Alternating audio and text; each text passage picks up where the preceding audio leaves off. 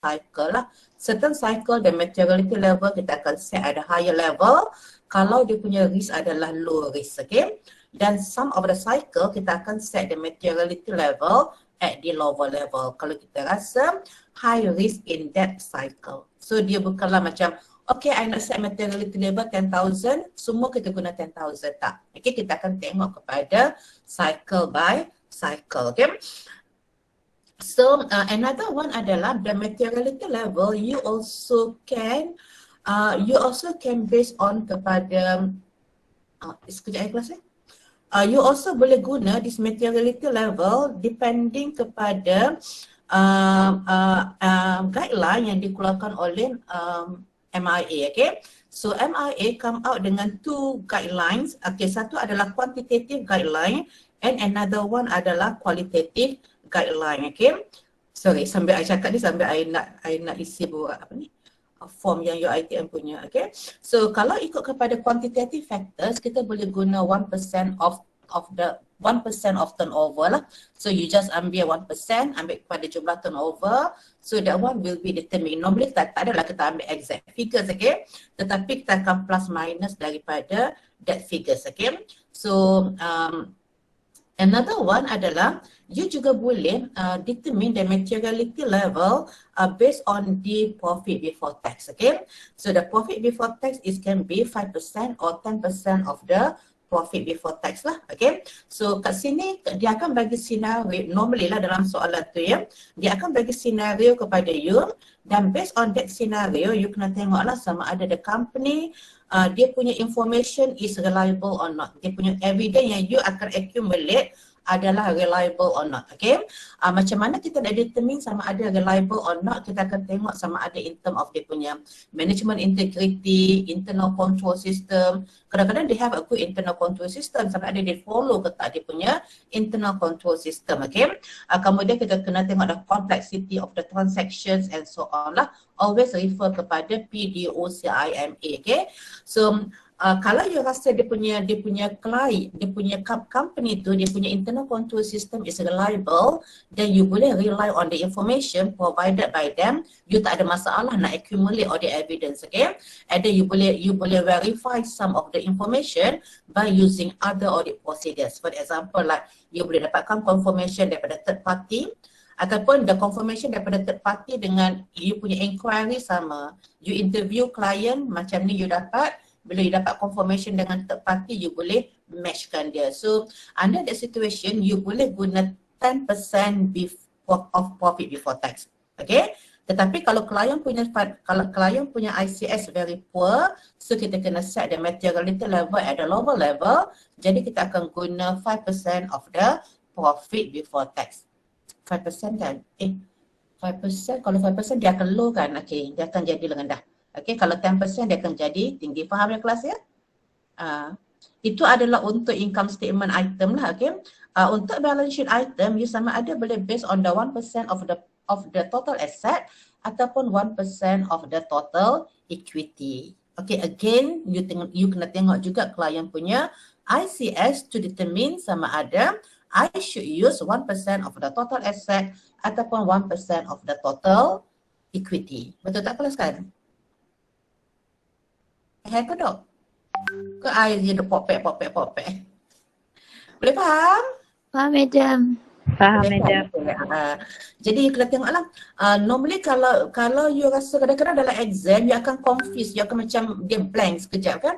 Yang mana satu ni sebab dia punya link ni sama ada direct ataupun inverse, okay? So you just ingat kalau dia punya ICS dia poor, jadi untuk you increasekan you punya level of confidence, okay, you kena accumulate more audit evidence. Macam mana you nak accumulate more audit evidence? The materiality level you akan set at the lower level, okay. Okay, kemudian kita juga ada MIA also come out dengan guideline of the qualitative factors, okay, that may affect you punya your judgment on materiality.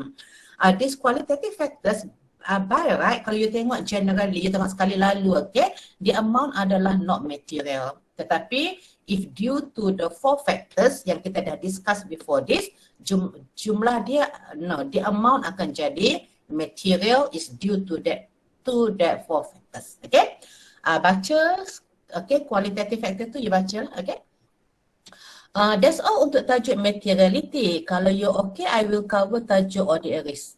Audit risk ni pun I akan ambil masa lama. I rasa the most pun I akan ambil masa 1 hour. So you can expect that today I akan habis kelas awal lah. Tadi I tengah sibuk mark your test paper sebenarnya tu I lambat masuk kelas tu. Terlajak masa. Okay kita tengok tajuk risk and materiality.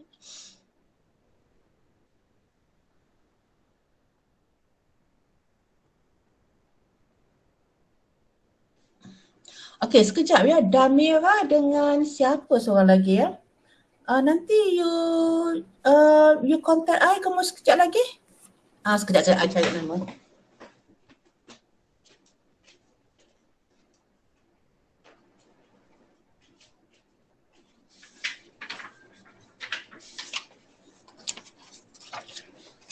Dengar ke Damira daripada 8F and daripada 8B adalah Nadia Zarifa. Dengar, contact me after the class Dengar ya? Dengar. Nanti contact I after the class, okay?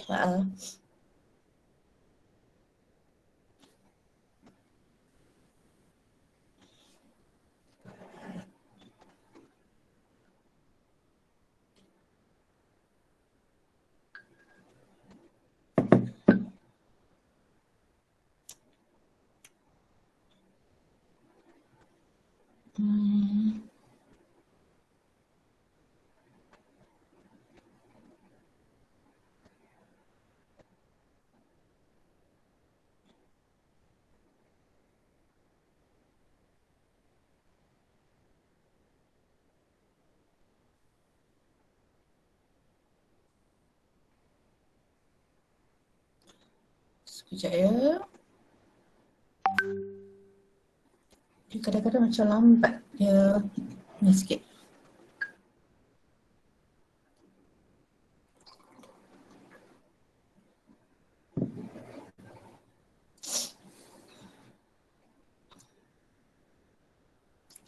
Okay, kita dah cover sampai materiality, we done, we already covered it, okay.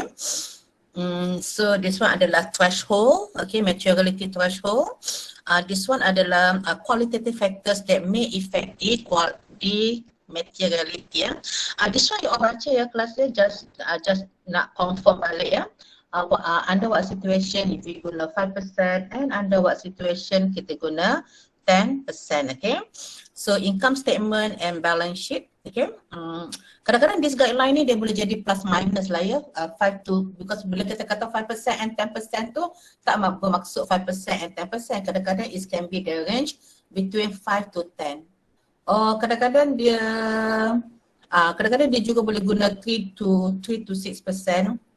Sebab ini adalah guideline so you sebagai auditor, you kena guna your professional judgment lah to determine what is the best percentage yang you boleh guna, yang you boleh pakai untuk determine the materiality level, okay.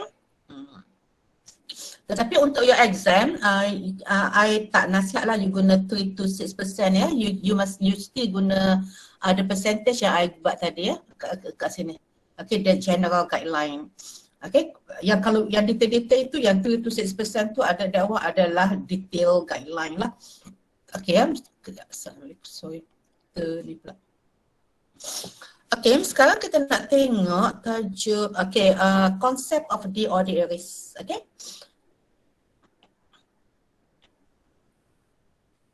Okay, you baca dulu kelas, what is audit risk? Ada explain kat you, ni maksud dia banyak. Okay, kita ada audit risk, acceptable audit risk, inherent risk, detection risk, control risk and so on, okay. So you kena tahu the terms. Yang topik ni yang paling penting adalah satu, you kena tahu terms dia, dan satu lagi adalah you kena tahu dia punya relationship, okay. Satu lagi, jangan buat salah ya. Tajuk ni dia akan keluar dalam 2 soalan. One question dia akan keluar maybe dalam soalan 3 gitulah ya. And another question dia akan keluar dalam question number 5. Okay, dalam question number 3, normally dia kalau dia tanya terms tu maksudnya you jawab terms lah. Okay, tetapi dalam question number 5, kadang-kadang soalan tanya, okay, explain the inherent risk ataupun control risk. Ataupun identify the inherent risk or control risk. Okay, some students dia bagi definition of inherent ataupun bagi example of inherent and control risk. Salah ya. So bila soalan tanya macam tu, always refer kepada case yang diberi and from there you extract what are the inherent risk, control risk ataupun detection risk. Jangan salah ya kelas ya. So this one pun maybe you kena buat banyak soalan untuk this question untuk dua-dua bahagian. Untuk soalan nombor 3 as well as for question number 5. Soalan nombor 5 normally dalam 30 markah tu kan, normally out of 8 to 10 marks daripada out of 30 marks adalah datang daripada soalan risk and materiality. Okay. Okay, now kita tengok the concept of audit risk. In general, no auditors would purposely give a wrong opinion on the financial statement. Basically, kita kata kita tak akan bagi opinion yang salah on the financial statement that we audit. Okay, tetapi ada certain situation where auditor might give inappropriate audit opinion. Maksud inappropriate audit opinion meaning that bila kita issue audit report, kita kata in our opinion the financial statement show true and fair view. Meaning that kita issue unmodified audit report. Tetapi in real life ada material misstatement in that financial statement. Okay. Jadi apa yang auditor need to do adalah we need to apa yang auditors nak kena buat adalah auditor nak kena minimizekan the risk of giving wrong opinion on the financial statement. Okay. So what we do adalah macam mana kita nak minimizekan audit risk adalah kita come out dengan audit risk model. Okay, mula-mula kelas you faham ya apa maksud audit risk kelas? Audit risk tu apa? The first thing before kita tengok yang lain. Audit risk adalah there is a possibility that we give inappropriate audit opinion on the financial statement. Meaning that the financial statement contain material misstatement but the auditor issue unmodified or unqualified audit report. Okay. All those term tu you kena tahu, that what I will cover dalam kelas on Monday nanti. Okay. Okay, definition of the audit risk. Okay, ni you baca boleh tak sekejap?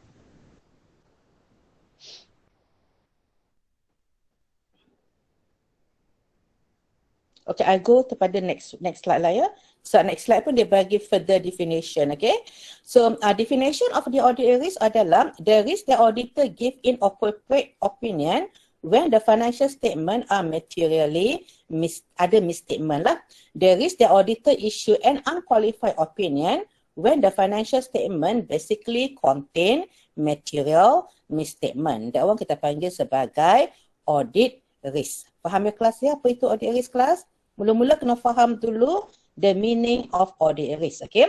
So apa yang auditors tu boleh buat in order to reduce the audit risk adalah we should plan and perform the audit to reduce the audit risk to an acceptable level. Kita tak boleh nak totally eliminate the audit risk. Okay. Kita tak boleh kata there is no misstatement in the financial statement. Tetapi kita sebagai auditor, kita boleh reduce the audit risk. Maybe ada misstatement tetapi as far as we concern, the misstatement adalah not material. Okay. However, the acceptable low audit risk is very subjective. Bila kita kata, okay, kita cuba reducekan audit risk to an acceptable level. Okay, tetapi what level itu adalah very subjective. Dia depends kepada professional judgment. Okay. Some auditors dia kata okay, I allowed 5% ada misstatement dalam financial statement. Or maybe some auditor kata for me I boleh terima lagi kalau ada 20% misstatement dalam financial statement. So it is very subjective lah. So dia depends kepada auditor lah, sama ada auditor willing or not to take the risk. Okay. And then kalau kita tengok dalam auditing standard also do not provide any guideline macam mana, at what level should be the audit risk. Okay, sama ada 5%, 10%, okay, and so on. It can be 5%, it can be 10%. Kalau 5%, meaning that bila you buat test, you akan buat test at 95% level of confidence. Okay, kalau you punya audit risk, you willing to accept 20%, meaning that you akan buat a test at the 80% level of confidence. Okay, so apa implicationnya kat sini adalah kalau audit risk you not willing to accept the audit risk. Okay, jadi you kena accumulate more audit evidence. Okay, kat sini kita akan accumulate less audit evidence. Okay, that's the first term yang you kena tahu lah, what is the audit risk. Okay, the second one adalah acceptable audit risk. How willing you are to determine to accept adanya misstatement in the financial statement. Okay, the meaning of acceptable audit risk adalah mesti ada perkataan willing. Okay, how willing the auditor is to accept that the financial statement may be materially, okay, jangan salah term ya, may be materially misstated, stated after the audit is completed and we issue unqualified audit report. Okay, satu adalah how willing we are to accept that the financial statement may contain material misstatement after we issue the audit report. Okay, that one kita panggil sebagai acceptable audit risk. Okay, acceptable audit risk ni you akan determine sama ada, okay, I want to accept the audit risk 5%. Ataupun some auditor yang willing to take the risk, dia kata, I can accept, I'm willing to accept adanya material misstatement 20%. Okay, so back to kat sini lah. So kat sini you akan buat at 95% level of confidence, kita akan accumulate more sample size.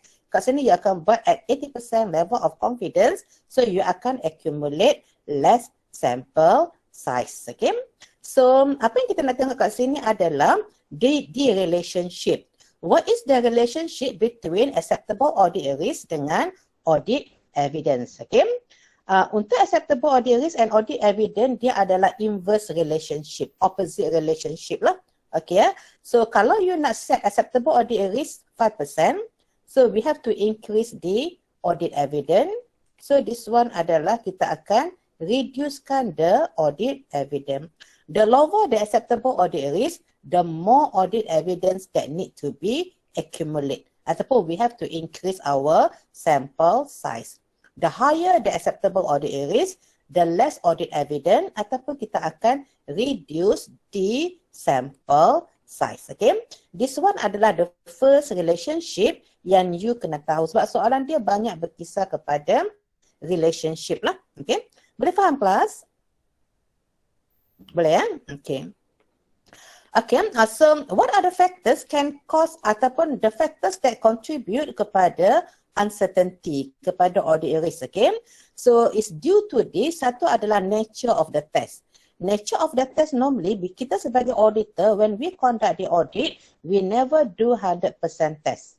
Okay, kita akan based on the sample size. So bila kita based on the sample size, kita cuma examine kepada item which we consider sebagai material. Jadi kita kena allow lah some immaterial misstatement. Okay, kemudian due to the inherent limitation for the example like the weaknesses in the client internal control system. Ataupun the client internal control system might be good, tetapi walaupun bagus, tetapi masih ada kesilapan dalam ICS. Okay, for the example, due to the human error, carelessness, faulty judgment, or management override the internal control system, ataupun it might be due to the communication breakdown. Okay, and last one adalah auditor sendirilah. The drawing of audit conclusion based on audit evidence. Normally audit evidence is persuasive rather than conclusive. Okay, for the example, katakanlah bahawa bila you pilih satu sampel, dan you perhatikan sampel tu banyak masalah. Okay, so kita sebagai auditor, we have the tendency that kita letak balik sampel tu, so kita pilih sampel yang lain. Okay, itu adalah on our part lah. Okay, so now kita tengok the audit risk model. Audit risk model adalah inherent risk times dengan control risk times dengan detection risk. This one we call it as the audit risk model. Okay, so basically audit risk model ni kenapa kita come out dengan audit risk model adalah kita nak come out dengan what are the audit procedures yang kita akan buat later on so that we be able to reduce the audit risk. Maksud kita reduce audit risk adalah kita nak cuba reduce the possibility that we issue inappropriate audit opinion. Okay, so audit risk adalah inherent risk times control risk times dengan detection risk. Okay, so kat sini inherent risk and control risk adalah something yang you tak boleh nak control. Okay, auditor cannot control inherent risk and control risk. Okay, auditors can only control the detection risk. Detection risk adalah something that we can control. Okay, jadi apa yang kita nak buat adalah kita akan calculate the detection risk. Okay, detection risk adalah ni adalah AAR ya, acceptable audit risk. Ni salah ya, ni inherent risk pada sini ya. Okay, bila kita tukar formula ni, bila kita calculate detection risk adalah acceptable audit risk divide dengan inherent risk and control risk. Okay, so kat sini audit risk or acceptable audit risk, kita guna perkataan acceptable audit risk. Sebab kat sini based on the audit risk, you kena set the acceptable audit risk. Sama ada acceptable audit risk adalah, acceptable audit risk ni audit firm yang kena set ya. Sama ada 5%, 10%, 15%. Okay, kat sini kita, the top management kena decide how willing we are to accept adanya material misstatement in the financial statement. Okay, so acceptable audit risk adalah fix lah untuk that audit firm. Okay, nanti kejap lagi kita akan tengok calculation, what are the implication kalau you tukar you punya acceptable audit risk. Okay, what are the implication kepada jumlah audit evidence that we need to accumulate. Okay, boleh kelas ya? So kadang-kadang ini kalau cakap laju sikit. So kalau I cakap pelan-pelan slow-slow macam tak ada ayat, tak boleh nak sambung ayat tu. Okay, boleh so far? Okay, madam. Okay. Now kita tengok satu-satu ya, you dah tahu apa itu audit risk, you dah tahu apa itu acceptable audit risk, am I right? Now we look at one by one what is inherent risk. Okay, inherent risk adalah the misstatement, material misstatement occurred ignoring internal control system. Kita tak study lagi klien tu punya internal control system, tapi kita boleh agak the inherent risk is high ataupun low. For the example, katakanlah bahawa you first time audit your client. First time you tak ada knowledge lagi kan? So we know the inherent risk adalah tinggi. Okay? Ataupun you tengok klien ni dia punya accounting system adalah very complex. Ataupun dia adalah berada dalam industri yang very high competition. Ataupun industri dia declining. Okay? So we know that inherent risk adalah tinggi. Okay? Ataupun klien ni dia banyak branch. Dia involved dengan foreign company ataupun dia ada subsidiary company in other country, okay, involved in foreign currency, okay, and then top management selalu ada changes dalam for those yang higher level, CEO selalu bertukar, CFO selalu bertukar, those yang in accountant, those yang in accounts and finance department, they keep frequently change, okay, ataupun dia suka tukar-tukar auditor, so we know that inherent risk adalah tinggi. Okay, ataupun due to the management integrity issue. Management ni, the top management ni selalu ada issue, selalu keluar dalam newspaper. Okay, selalu masuk court. Okay, so we know that the inherent risk adalah tinggi. You faham ya apa maksud inherent risk ya? Ini sebelum kita assess dia punya internal control system.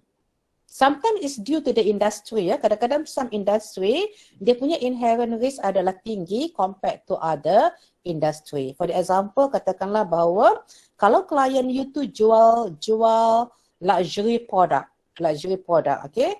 Jadi we know that the risk is high as compared to kedai Gardenia, kilang Gardenia. Okay? Gardenia tu macam dia ada je demand dia kan, walaupun apa-apa ekonomi pun kan. Tetapi kalau luxury product under situation sekarang ni, people will not buy the luxury product. Okay, faham ya kelas ya? Meaning that dia punya inherent risk adalah high. Okay, second one adalah control risk. Control risk adalah the client, they have the internal control system. Tetapi the internal control system will not prevent and detect. Guna dua-dua ya. They have the internal control system, but the ICS not be able to prevent and detect the material misstatement and correct the error or material misstatement on timely basis. Okay. Okay. Last one adalah detection risk. Detection risk adalah the remaining risk. Okay. The remaining risk meaning that the auditors dah buat substantive audit test, tetapi walaupun dia buat substantive audit test, they still not be able to detect material misstatement. Okay. Before I go detail, I just nak recap balik dengan you all apa yang you dah belajar dalam first audit paper. Okay. Bila kita kata substantive test, okay, auditor ni kita ada dua jenis test ya. Bila kita conduct di audit, kita ada dua jenis test yang kita akan buat. So normally kita akan buat satu adalah kita panggil test of control ataupun compliant. You all pernah dengar tak kan? Test of control ataupun compliant test. Nampak ke kelas I buat tulis sini? Satu.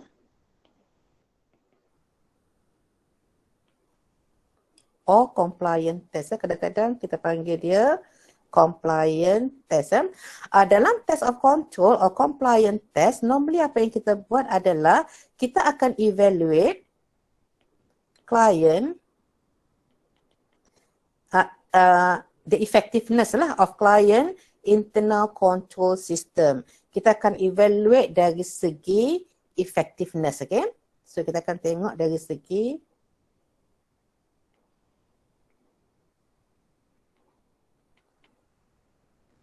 the effectiveness of the client internal control system. Okay, bila masa kita buat test of control ni, kita akan buat biasanya during interim audit.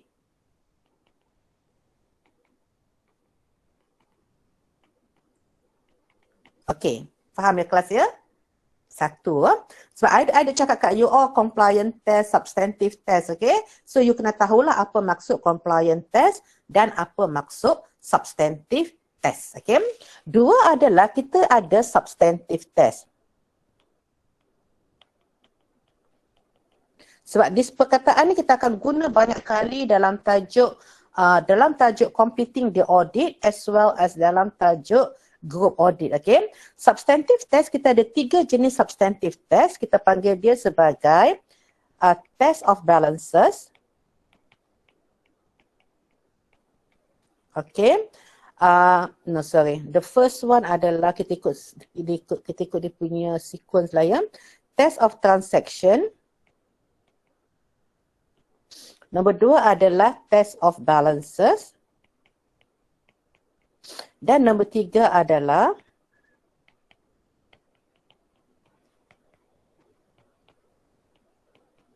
analytical procedures. Okay.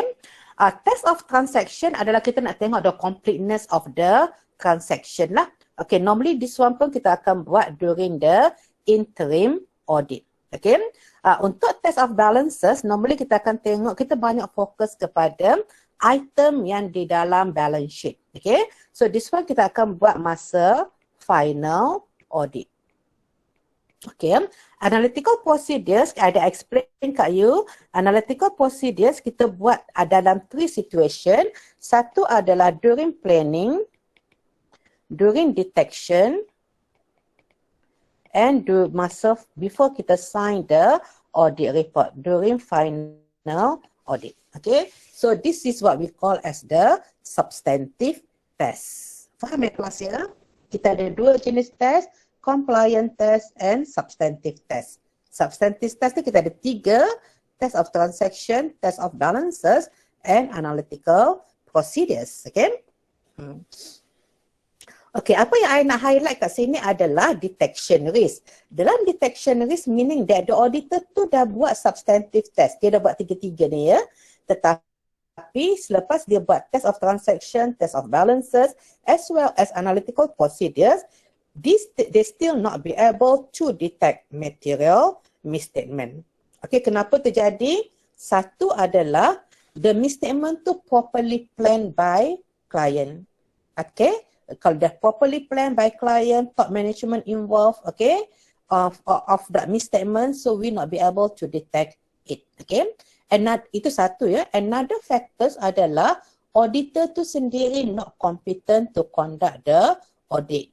Conduct the audit without due care, sample size terlalu kecil.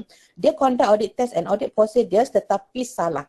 Okay, ataupun dia dapat good result, dia dah buat audit test, audit procedure tu betul ya, tetapi dia dapat result, dia misinterpret the result. Okay, so due to that, so they not be able to detect material misstatement. Faham ke kelas? Okay, ni banyak lagi nak kena explain kat sini ya, nak kena explain pasal calculation lagi lah. Okay, tapi I explain about calculation later on lagi kelas ya. So, kat sini, baca lagi sekali. Apa maksud inherent risk? Sorry, kat sini ada soalan kelas? Tak ada ya? Tak ada, madam. Tak ada, okay. So, now kita tengok lagi sekali apa maksud inherent risk, control risk and detection risk. Inherent risk adalah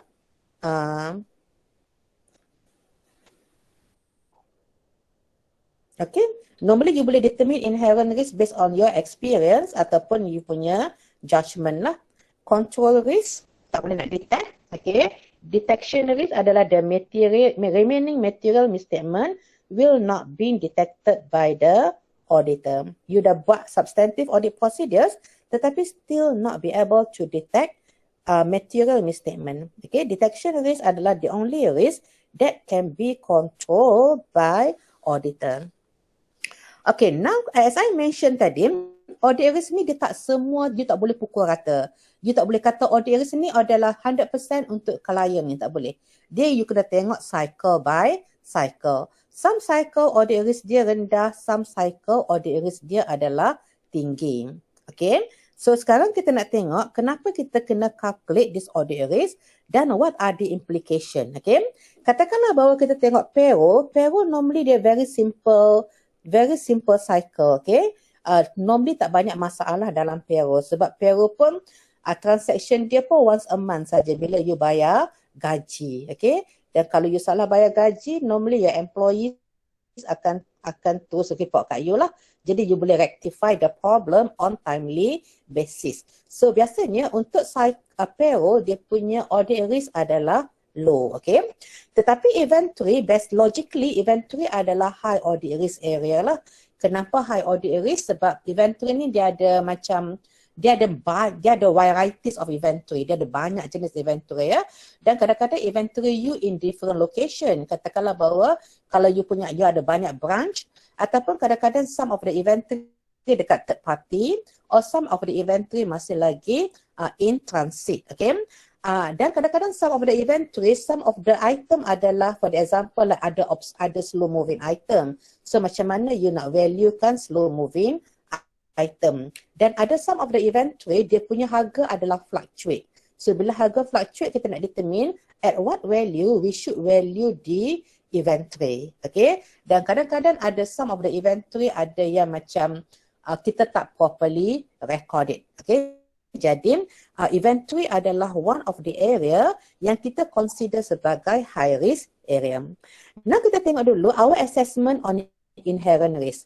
Katakanlah bahawa untuk payroll, kita expect few misstatement, jadi inherent risk kita adalah low.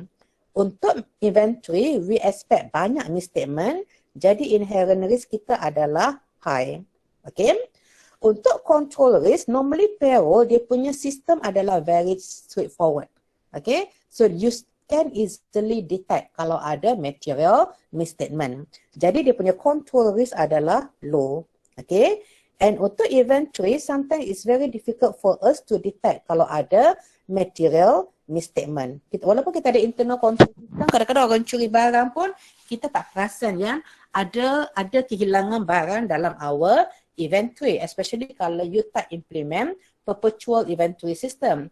Ataupun kadang-kadang you buat a perpetual inventory system pun you still not be able to detect the material misstatement. Tetapi kita boleh minimizekan lah. Okay. So next one adalah how willing you are to accept some adanya material misstatement. That one adalah acceptable audit risk. Okay, biasanya auditor kita nak protect diri kita daripada legal liability later on. Ataupun kalau ada court case later on, we want to protect, to defend ourselves, okay? So we always put acceptable audit risk at the lower level. We are not willing to accept adanya material misstatement sama ada dekat payroll ataupun dekat inventory. Normally, auditor akan set 5% dia punya acceptable audit risk. 5% meaning that kita akan buat test at 95% level of confidence, okay? Basically this one adalah acceptable percentage lah in social and science, okay? So kita ni accounting kan, accounting ni kita panggil kita ni adalah bahagian social science. Social science ni adalah macam management, other than SNT tu adalah science and technology, okay? Other than that kita consider sebagai social science. Untuk social science kita akan allow 5% error in our test yang kita buat. Kalau you belajar esok-esok, you buat research ke, you buat masters ke, PhD ke, pun samalah. Okay, so when we do the test, kita akan test at 95% level of confidence because that one adalah acceptable level worldwide. Okay, tetapi kalau you in medical line, katakanlah bahawa you medical line, you nak test ubat ke, vaksin ke, whatsoever, you punya acceptable audit risk adalah 1%. 1% meaning that you kena test at 99% level of confidence. Or some cases maybe you kena buat at 99.9% level of confidence, meaning that you punya accept, we are not willing to take the risk, okay? Jadi kita kena buat, kita cuma willing to accept ada mistake cuma 0.1% saja. Itu kalau in medical line. In social science kita akan buat test at 95% level of confidence.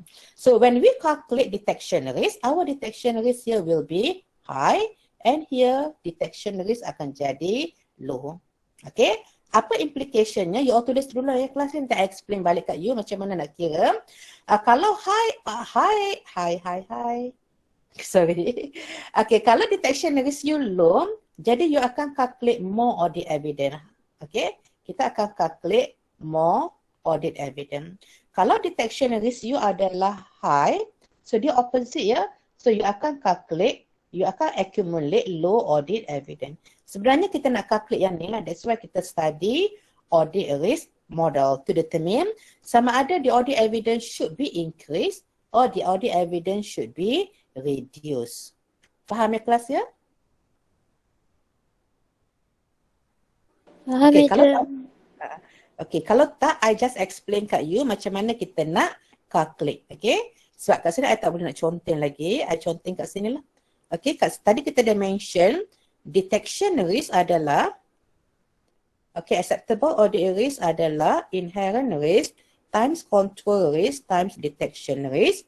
So detection risk adalah acceptable audit risk divide dengan inherent risk times dengan control risk. Okay. Acceptable audit risk kita selalu set, katakanlah bahawa you set at 5% because we are not willing to accept adanya material misstatement. Okay, now kita tengok two scenario kat sini ya. Kita tengok situation 1 and situation 2. Detection risk. Okay, acceptable audit risk kita letak at 5%, 0.05. Okay. divide dengan inherent risk and detection risk. Katakanlah bahawa ya assessment, I pergi kepada two extreme level lah, senang kan. Katakanlah bahawa ya assessment pada klien ni adalah, klien ni adalah new client, very complex transaction, ada management integrity issue, you pun first time audit the client, bla bla bla bla bla. So dia punya inherent risk adalah very high. So you letak inherent risk dia adalah 100%. So 1 lah. Okay. Okay, control risk, dia punya internal control system adalah very poor and not be able to prevent and detect material misstatement. So the control risk adalah 1. So when you calculate detection risk, the detection risk adalah 5%. Okay. Another situation, okay, detection acceptable audit risk adalah 5%.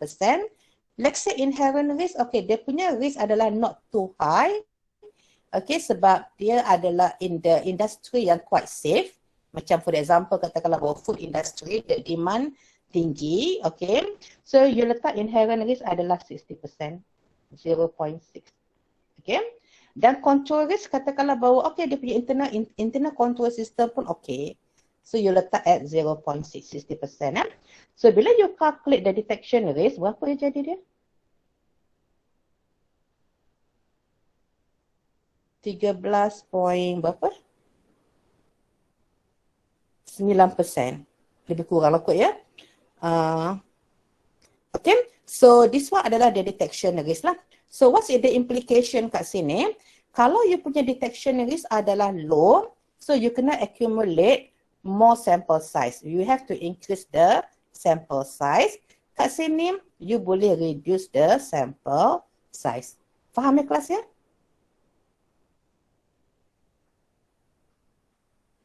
Boleh? Boleh. Boleh ya?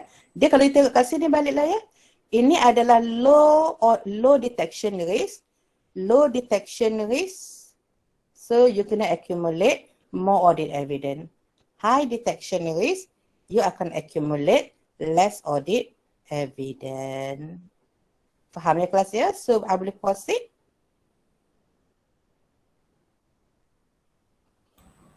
Boleh. Boleh ya? Okay. So here, baca ni kat sini apa benda?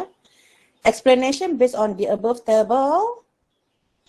Okay, once auditor expect few misstatement, inherent risk adalah low. In certain cycle, in absence of internal control, he or she also expect the internal control system will be highly effective. Low. Okay, control risk pun akan jadi low. Jadi bila kita calculate detection risk pun akan jadi high. Jadi kita akan accumulate low audit evidence. Okay. So from the audit risk model, so kita dah dapat that one pun ada explain kat you ya. So yang penting kat sini adalah you kena tahu dia punya relationship.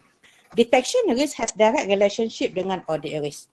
Kalau audit risk you tinggi, detection risk pun akan jadi tinggi. Okay, nanti kita tengok example ya. Detection risk has inverse relationship dengan inherent risk and control risk. Kalau inherent risk tinggi, control risk tinggi, detection risk akan jadi rendah. Okay. Tetapi katakanlah bahawa another one, kita tengok example kat sini tadi ya. Kita tengok this example lah ya. You tengok this example. Let's say you tukar dia kepada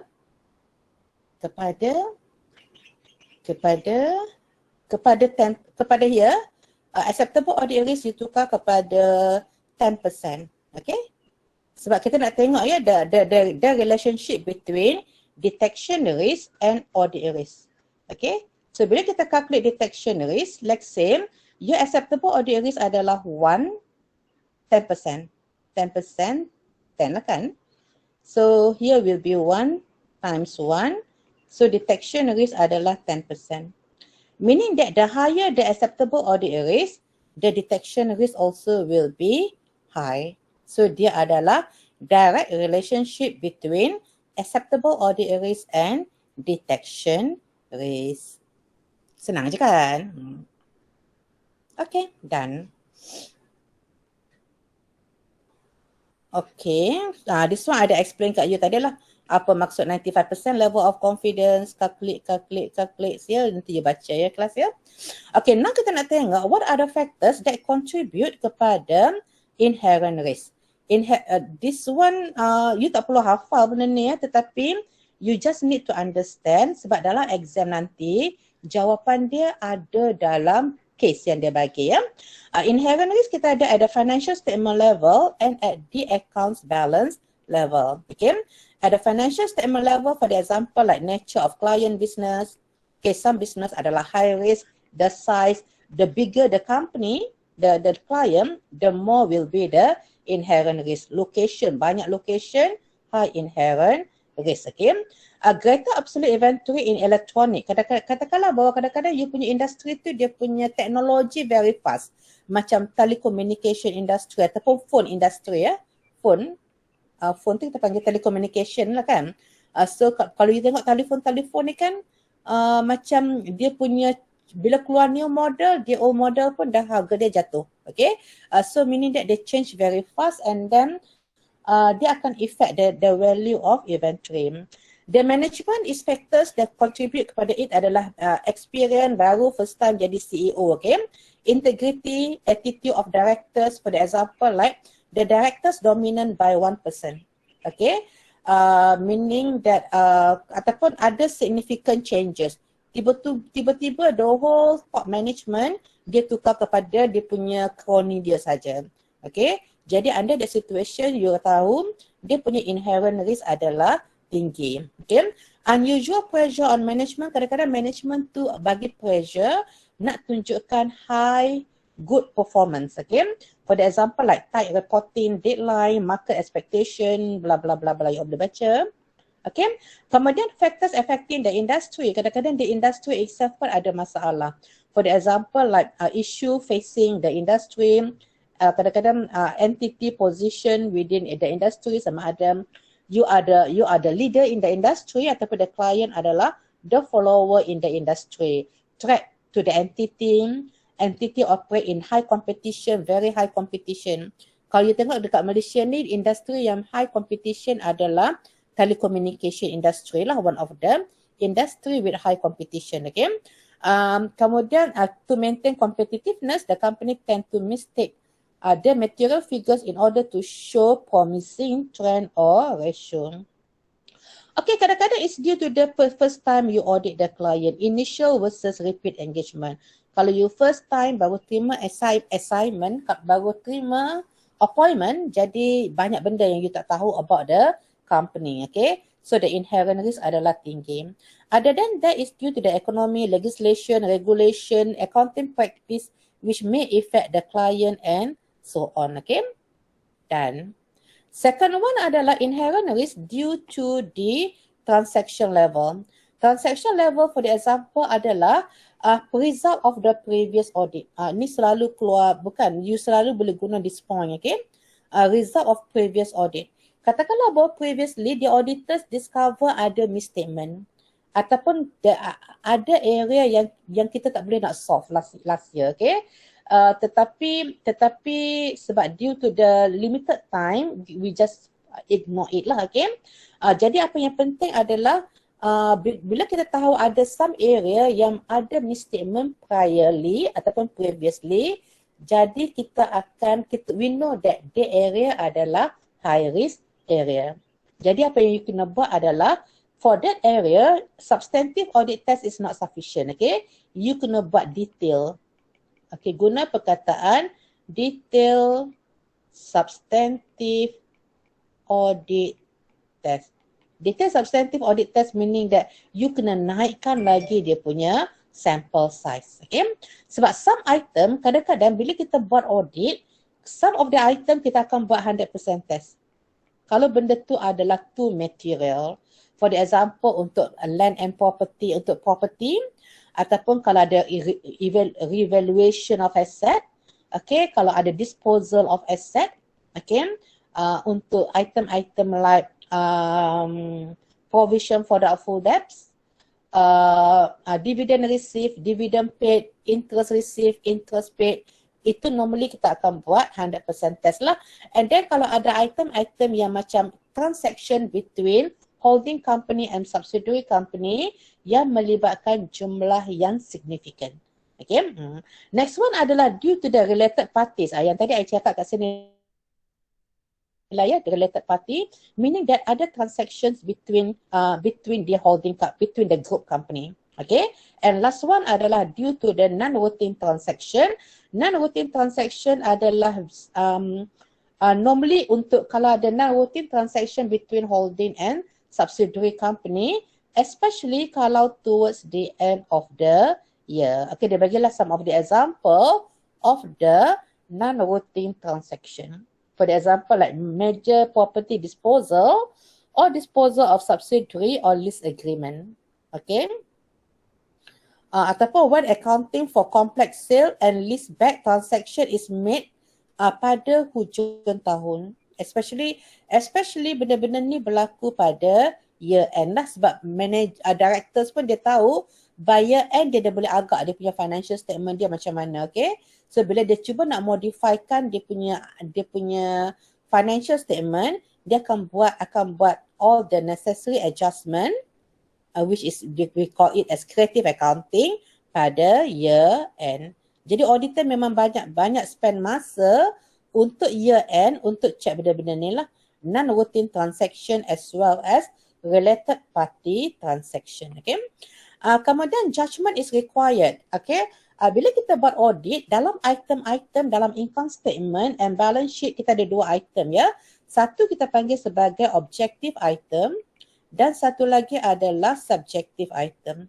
Objective item adalah the item yang susah untuk dia manipulate. Macam rental, electricity bill, water bill, okay, salary, itu susah dia nak manipulate ya. Tetapi subjective item adalah item-item yang perlukan estimation figures. For the example like provision for doubtful debt, depreciation, amortization, revaluation of asset, okay, warranty, okay, contingent liability, deferred tax, okay, itu adalah item-item yang subjektif, okay. Jadi apa yang berlaku adalah kadang-kadang item-item yang subjektif tu they keep changing the estimation figures, okay. So many accounts require judgment, for the example like allowance for doubtful debt, depreciation, useful life of the asset, net realizable value, especially untuk inventory, okay. Obsolete inventory, liability of warranties, okay.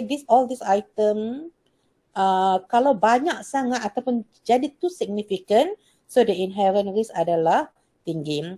Other factors adalah complexity and so on, okay. Next one adalah control risk. Control risk adalah internal control system. Okay, you all boleh baca dulu ya kelas apa itu control risk. Sekejap, padamkan dia dulu.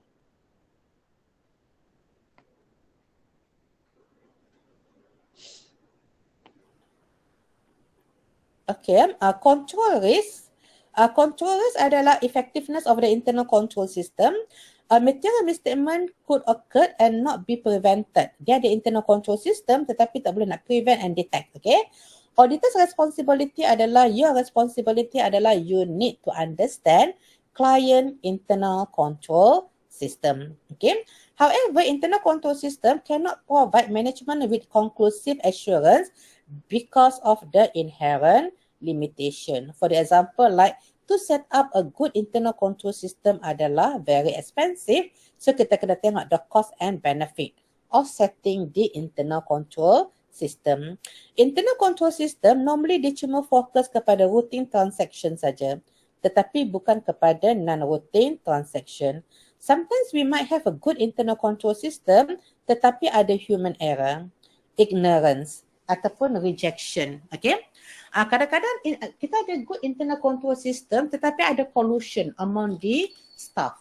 Okay, jadi they be able to, jadi bila ada collusion among staff meaning that the internal control system not be able to detect material misstatement. Okay, sometimes we have the good internal control system tetapi the internal control system is not relevant anymore because the company dah expand dia punya business. Okay, dah join dalam new industry, okay. So that the internal control system is not sufficient anymore. That's why selalu guna perkataan the company should have adequate internal control system. Okay. Control risk kita ada dua. Satu adalah at general level, satu adalah at specific level. At general level adalah more on the management attitude kepada internal control system. Kadang-kadang management ni dia set up, dia macam bila buat sistem tu macam bagus saja kan. Semua nak bagus-bagus sebab nak compete dengan orang lain, nak nampak cantik dia punya ICS. But when come to implementation, they do not implement the ICS. Okay. Kemudian management attitude ni sama ada dia juga relate kepada management bila dia set up dia punya policy and procedures. Okay. Sebab to have a good internal control system, you kena willing to spend. Okay. And some management, top management, they are not willing to spend on internal control system. Okay. Bukan saja you kena ada internal control system, tetapi you kena ada internal audit department, risk management department, dan you kena ada audit committee. Tetapi untuk PIE, benda-benda ni dah jadi mandatory lah. Memang walaupun kadang-kadang dia isu dia adalah kalau kita jadikan dia mandatory, dia just set up benda-benda tu. Okay, dia just set up tetapi dia tak ada function. Okay, sebab dia set up just to fulfill the requirement set up by SC. Okay, SC ke? Bursa Malaysia kot. Okay, so basically no function walaupun ada benda tu. Okay, itu adalah management attitude. Okay, next one adalah specific level. Specific level adalah control system, you mesti ada proper system untuk setiap cycle. So kita ada 7 cycle. For each cycle kita kena ada kita punya internal control system. So the end note adalah control risk will be higher kalau internal control system is not effective. Kalau internal control system is good, so the control risk will be reduced. Okay. Okay, detection risk. Kat sini aku tulis banyak sangat ni. Okay, tak payah contoh dulu ya. Oh, I tulis tadi yang you ada belajar tadi ya. Substantive test, kita ada test of transaction, test of balances, analytical procedures. Okay. Detection risk adalah audit, you dah conduct audit, you dah buat substantive audit procedures, but still not be able to detect material misstatement. This is the only risk that can be controlled by the auditors. Okay. Okay, so macam mana you nak reducekan detection risk adalah kita kena buat appropriate planning, kena ada proper direction dan kena ada close supervision. Okay, the nature of the substantive procedures. Ni you kena refer kepada PDOCIMA. Okay, for the example like documentation. Documentation kita ada dua ya. Satu internal documentation and satu lagi adalah external documentation. By right, external documentation is more reliable compared to internal documentation lah. Substantive audit nature of substantive audit procedure adalah bila kita buat PDOCIMA ni kan, bila kita dapat evidence, some of the evidence is more reliable. Okay, for the example like kalau kita tengok documentation, okay, kalau kita tengok buku ataupun kita tengok rekod, dia ada macam PPE, okay. So it is more reliable kalau you pergi buat physical sighting over the asset. Okay, macam kalau kita buat mechanical accuracy adalah reliable audit evidence. Okay, tetapi kalau you buat observation tu bukanlah less reliable audit evidence. Kenapa less reliable? Sebab bila you buat observe, you tak boleh expect dia buat benda yang sama throughout the year. Maybe they follow the system bila you conduct the observation saja. Okay, tetapi kita mesti kena conduct the observation because we try to understand the internal control system. Okay, tapi you tak boleh assume that dia akan staff tu akan buat benda yang sama throughout the year lah. Okay, dia macam kita lah kan, macam you all lah kan. Kalau ada orang monitor you belajar. Tetapi bukannya sepanjang-panjang masa you belajar kan. Bukannya sepanjang-panjang masa kita konsisten belajar. Okay, kalau tak ada orang monitor kita tak belajar. Something like that lah. Macam inquiry pun sama, okay. Inquiry adalah you dapatkan information daripada management. Okay, tetapi in term of reliability, dia adalah bukanlah high reliable audit evidence. So you kena supportkan dia ataupun dapatkan evidence by using other audit procedures. Okay. Next one adalah the timing of the substantive procedures. Substantive procedures, kalau untuk test of transaction, you kena buat during interim audit. Kalau test of balances, you kena buat during the final audit. Kalau you salah, so basically you accumulate lah banyak audit evidence pun, tetapi the evidence yang you accumulate adalah not reliable. Okay. Last one adalah the extent of substantive procedures. The extent of substantive of procedures adalah, that's why kita calculate the detection risk tadi ya. Kalau you rasa detection risk dia adalah very low, jadi you kena accumulate ataupun you kena buat detail audit procedures. Okay. So, apa benda ni? Okay, bacalah kelas. Audit procedures, substantive test of balances and transaction ya. And analytical procedures. Relationship ya. If inherent risk and control risk high, the detection risk adalah low. Jadi kita akan accumulate more audit evidence. Detection risk will be higher if the auditors are not, okay. Another one adalah the detection risk will be higher kalau auditors not competent. Okay, next one. Okay, this one adalah, dah habis kelas ya, I just go on sampai slide number 52 saja. Sebab 51 saja ya. Now kita slide 49. Okay, this one adalah control risk. This one adalah the metric lah ya. Control risk, this one adalah inherent risk. So apa yang kita nak tengok adalah kita nak tengok yang extreme one. This one and this one. Kalau control risk you adalah low, detection low, low ke high lah ya. Kita tengok this one dulu ya. Kita tengok this one dulu. Okay. Kalau control risk you adalah high, inherent risk high, detection risk you akan jadi low.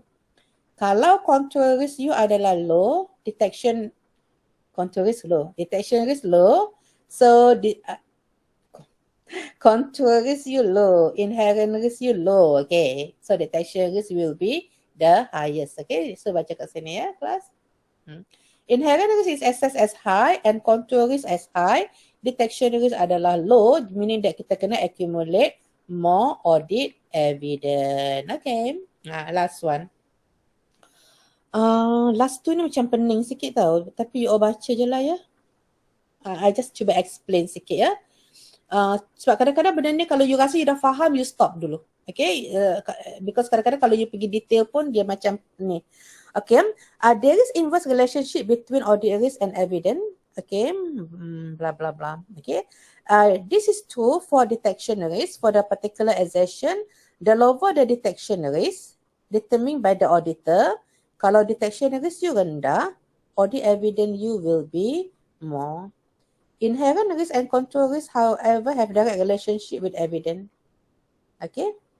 The lower the inherent risk and control risk, kalau inherent risk you rendah, control risk rendah, audit evidence you akan jadi rendah. Kita akan accumulate low audit evidence. Inverse relationship between, okay, you baca lah nanti ya. Okay, done. Okay, last one. Kita nak tengok the relationship of materiality and audit risk. Okay. Okay. This one kita kena tengok in term of different view. Okay. The relationship between materiality and audit risk. Okay. Basically, there is inverse relationship between materiality and audit risk. The materiality level, yeah. The lower the materiality level, the higher the audit risk. Okay. This one adalah another perception lah ya. Kadang-kadang kita kata, auditor kata, okay, I'm not willing to take the risk, so I nak set materiality level at the lower level. Let's say dia punya transaction adalah between 100,000 ya. 100,000 to 1 million. Kalau you set materiality level at the lower level, baca kat sini ya kelas ya, I highlight kat sini ya. The lower the materiality level, the higher the audit risk. Kadang-kadang kalau you set the materiality level at the lower level pun, actually it's not good, okay? Sebab the audit risk will be more. Let's say, katakanlah kat sini adalah you set the materiality level adalah 200,000 dan your sample size you nak pilih 100 sample size. Jadi, you akan pilih sample size daripada 200,000 hingga 1 million. Okay? Jadi, there is a possibility that some of the sample size you pilih daripada sini. Maybe daripada 200,000 kepada 500,000. Maybe sample size dia adalah let's say 60. Sample size 100 ni banyak sangat ya. Sample size you katakanlah bawah 60 ya. Let's say daripada 200 hingga 500 sample size you adalah let's say 40. Daripada 500 ke 1 million adalah 20 sample size. Ada kemungkinan benda ni akan berlaku lah. Jadi bila you pilih sample size tu, walaupun you pilih sample size 60, tetapi sample size you tu kebanyakan datangnya daripada lower part. Okay? Jadi that's why kita kata the audit risk adalah high kalau the materiality level adalah too low sebab kita assume that you guna the same sample size. Ini same sample size ya kelas ya. Sample size dia adalah 60. Okay? So, for example, reducing the materiality amount from 1 million to 100, gather the same audit evidence. Faham ya kelas ya? Dia guna perkataan sini adalah gather the same audit evidence. Morally, will increase the audit risk. Okay? Jadi apa yang you kena buat adalah kalau you nak kurangkan you punya materiality level, you have to increase the sample size. You jangan guna sample size 60 lagi, you kena guna sample size let's say 120. Jadi ada chances yang you akan pilih sample size yang bahagian sini will be more. Betul kan? In order to obtain the same level of audit risk 100,000, the auditor will have to obtain. Jadi you kena obtain additional audit evidence about the possible misstatement in the interval between 100,000 to 1 million. Faham ya kelas ya? So nanti benda ni, nanti you duduk later on, you duduk slowly dan baca. Any question?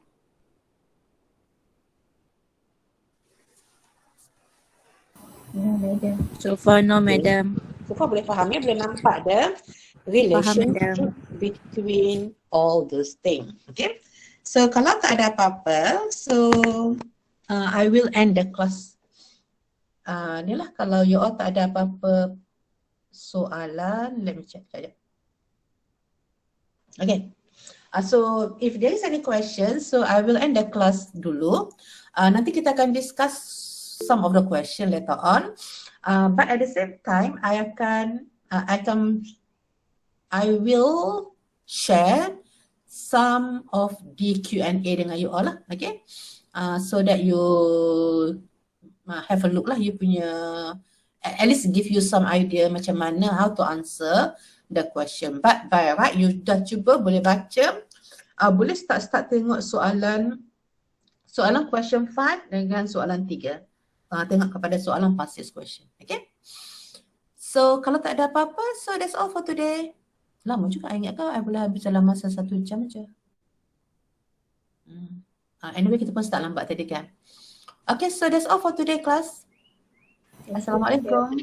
Thank you. Waalaikumsalam. Thank you, Thank madam. you, madam. Thank you, madam. Okay. Thank you, madam. Thank you, madam. Okay.